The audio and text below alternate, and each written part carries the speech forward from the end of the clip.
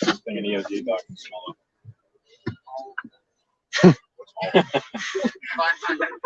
Oh, way less. 112. Go up a little bit. Say 20, right? Let's go 27. So yeah, you can actually smell 27 odors. So I want to make you guys kind of think about it this way. So their noses are like 4,000 times stronger than ours. So you guys know what kale soup is. We've all had kale soup, all right? So you know how there's like 4, 5, 6 different ingredients, depends on who's making it inside that kale soup. Well, these dogs can actually pick out every single one of those ingredients that you put in that kale soup. We can't. We usually just smell the chorizo or whatever we're putting in there. So, but these guys can pick out all those odors. So that's 27 odors that you can find.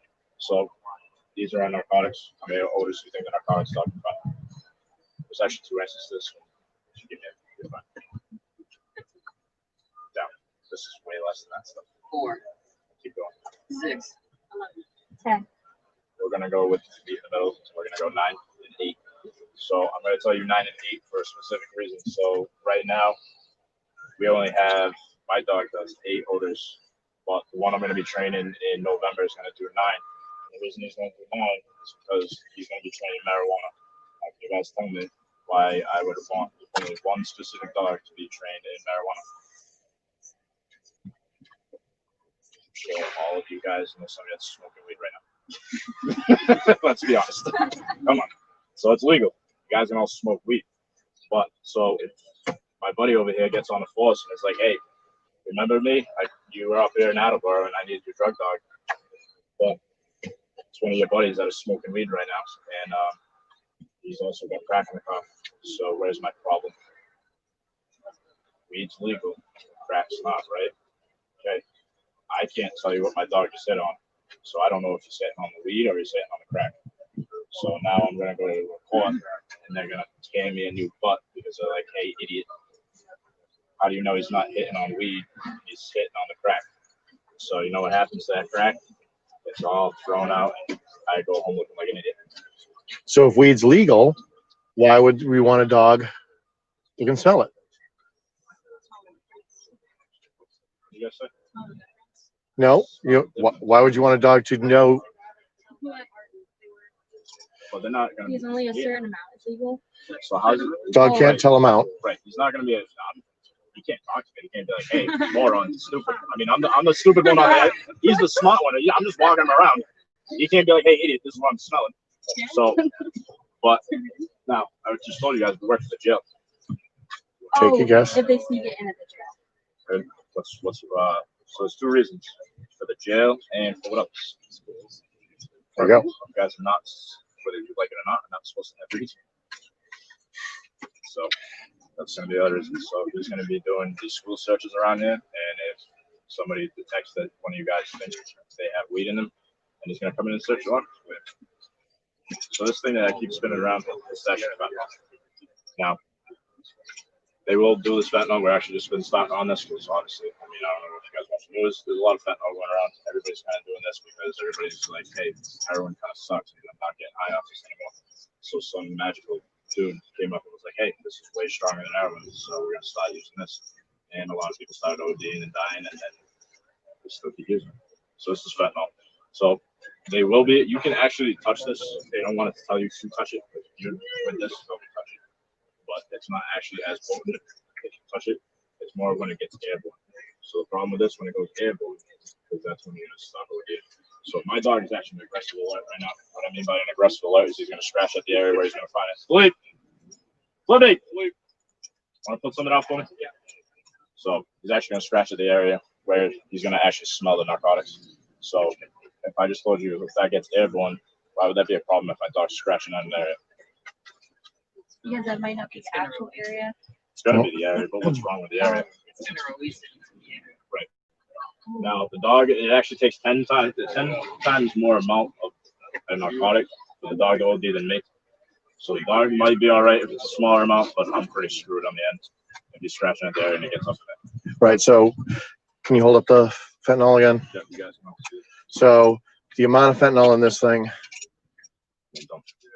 the amount of fentanyl in this thing could probably kill us all if we breathed it. It doesn't take much. It does not take much.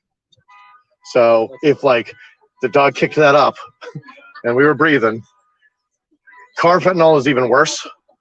Carfentanil, I think, is like 1 or 2 grains, could kill all of us. All that white stuff. And that's how the package is in the streets right now. Yeah. So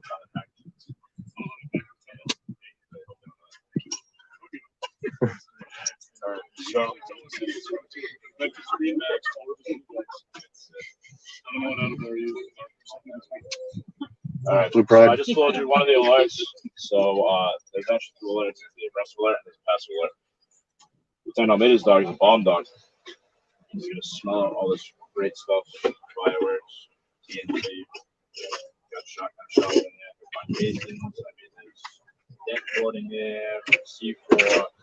Really hoping you guys can know any of that stuff. Anybody want to take a guess at why fireworks are important for explosives dogs?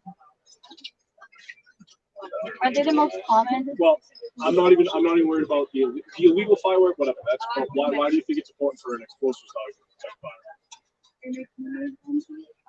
They make homemade bombs with it. Yep. So 2013 Boston Marathon, the Tsarnaev brothers, when they made their pressure cooker bombs, what they used to make the bombs, the propellant they used, and the explosive material they used was commercial grade fireworks.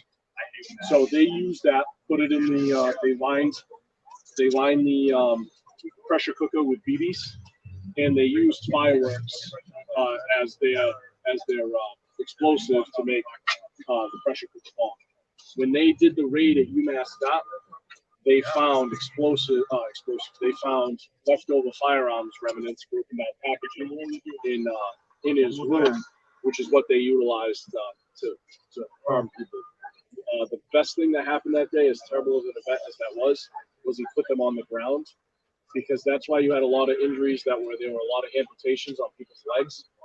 That being on the ground saved so many lives, and that's why that poor little boy died, because he was low to the ground, and that's why he took so much shrapnel. If they put that at head level, there would have been hundreds of people. That would actually decimated the entire finish line. So fireworks, something so simple, made such a strong explosion, and that's why fireworks is so important for explosives. Okay. Now, with that being said, why would you want his dog to sit when he finds one of those odors?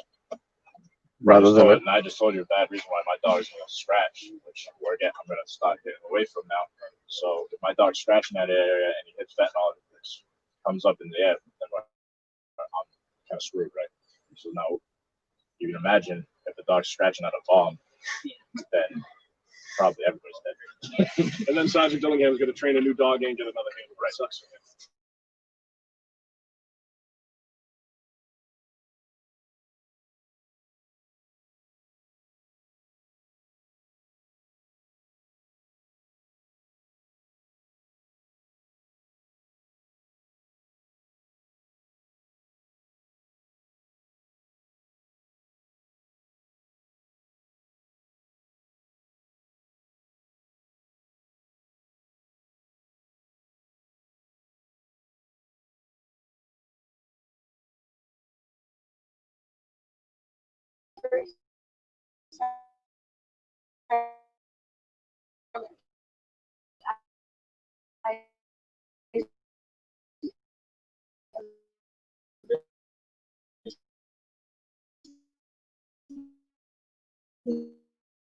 No.